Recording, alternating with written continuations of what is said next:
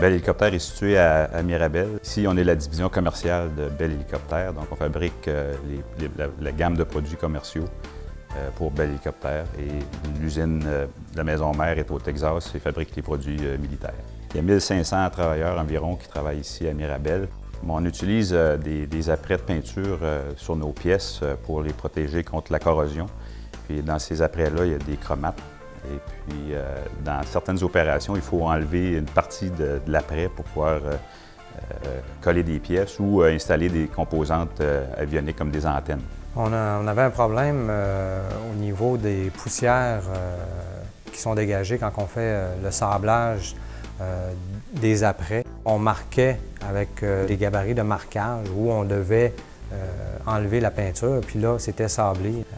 La poussière dégagée contient beaucoup de chromates de strontium qui est cancérigène. Donc, les employés étaient obligés de porter des masques, des équipements de protection, de la collection à la source aussi sur l'équipement pour aspirer les poussières.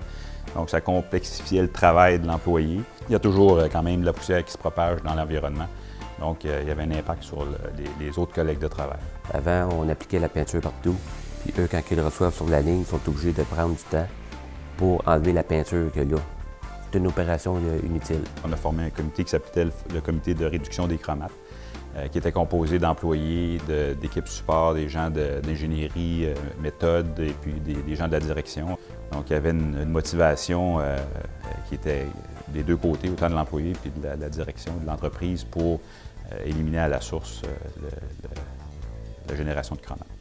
On a décidé, après avoir évalué toutes les possibilités, de créer des kits de masquage. On a dû demander l'aide des dessinateurs au niveau d'outillage, qui eux ont fait des maquettes 3D des morceaux qu'on avait pour aller localiser les calques qu'on allait coller. Et puis, suite à ça, ces mêmes dessins-là sont envoyés chez le fournisseur qui nous découpe les kits de masquage, qui sont faits d'autocollants, qui ont des positions, étant donné qu'on doit masquer à des positions précises sur les pièces, il y a des marques qui sont faites sur les autocollants qui nous guident pour l'installation de l'autocollant. Après ça, c'est appliqué sur les pièces avant la peinture. Un coup que la pièce est peinturée, on enlève les autocollants et puis on a une pièce avec l'endroit où on doit sabler. Bien, il n'y a plus de peinture, donc on n'a plus besoin de sabler.